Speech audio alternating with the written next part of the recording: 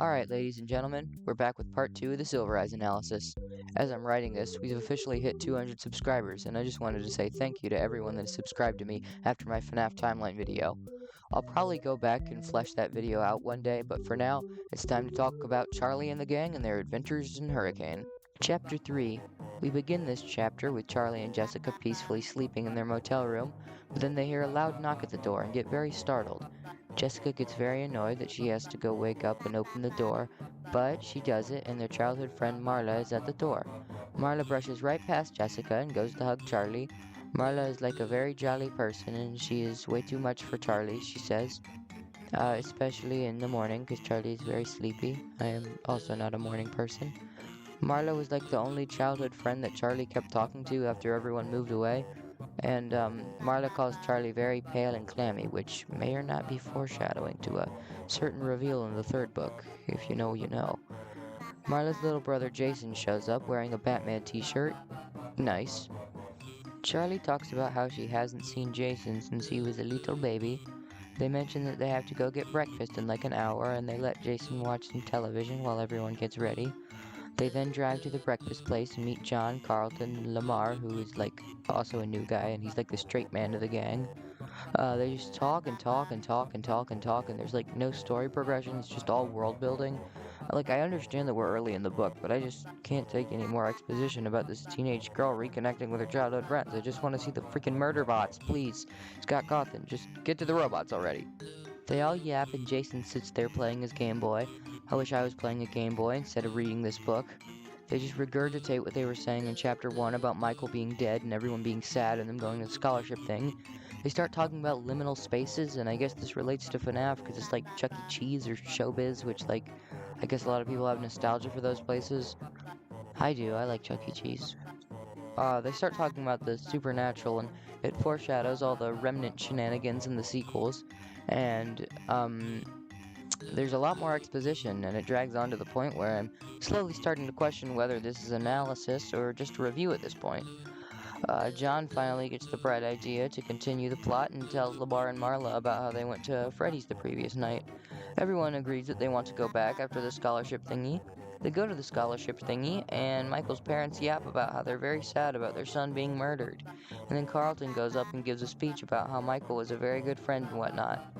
They finish the ceremony thing, and the gang all say hi to Michael's parents. They go see pictures of them and Michael when they were all little kids.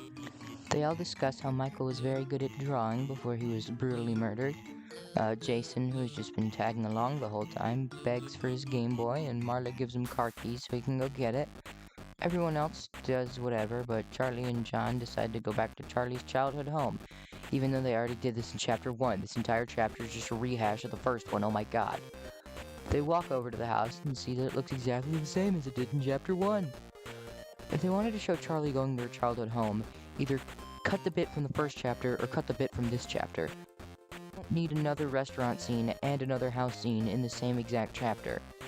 Charlie remembers that time that John almost kissed her underneath a tree when they were both little kids, but then she freaking headbutted him because she's like evil. John says that his nose still hurts when it's about to rain. They continue to rehash chapter 1 and they go into the workshop and see the Silver Eyes guy. Charlie remembers when she was a little kid and her dad was showing her all the prototypes of the Fazbear animatronics. And I can understand including that part because it's actually about Freddy Fazbear's for once. John snaps Charlie out of Daydreamland and he recalls the time that Michael disappeared and the animatronics went haywire.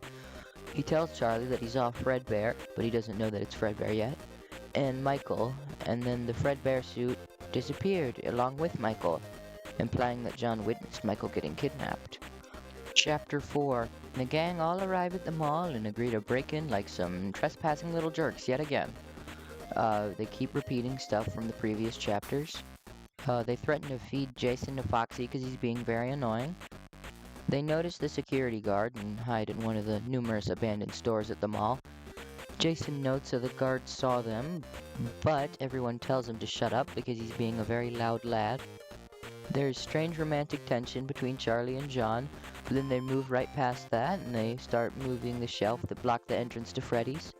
Jason continues freaking out about how the guards saw him, but they don't believe the boy and move on. They go into Freddy's, and the new folks added in Chapter 3 are very amazed by it. They all just kind of look around the pizzeria for a while until Jason pushes some buttons in a small control room and makes the lights turn on. The gang sees that there's CCTV, just like in the video games, and they press some more buttons and that turns on the animatronics. They can't seem to find the controls for Freddy, and Marla hears a weird noise, just like John earlier. The gang decides that there must be another control room somewhere, and Charlie goes out to stand in the main room because she's a lame-o with no sense of adventure. Lamar hears the weird noise that Marla is hearing, and Jessica decides that it's time to go find the other control room, because she's the only one with a sense of direction in this book. They just kind of fiddle around for a while, and Jason sees some children's drawings on the wall that seemingly change on their own. The rest of the gang continue investigating around the place until they see a hidden door and open it, only to find the other control room. They turn on all the animatronics again, and it's really stupid, because they just could have had like the last 5 or so pages and just had one control room. They see Charlie and John acting like goobers on the CCTV, and Charlie freaking sees the Silver Eyes dude, but it's actually Foxy, and he like cuts her, and she's bleeding.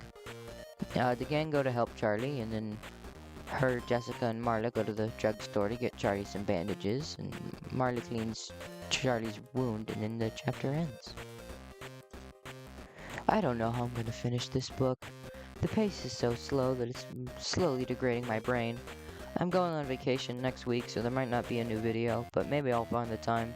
Anyways, goodbye, and go watch my other videos, and tune in possibly next week, possibly 2 weeks from now to see a non-book related video, and then the week after that, of course, there will be another Silver Eyes analysis.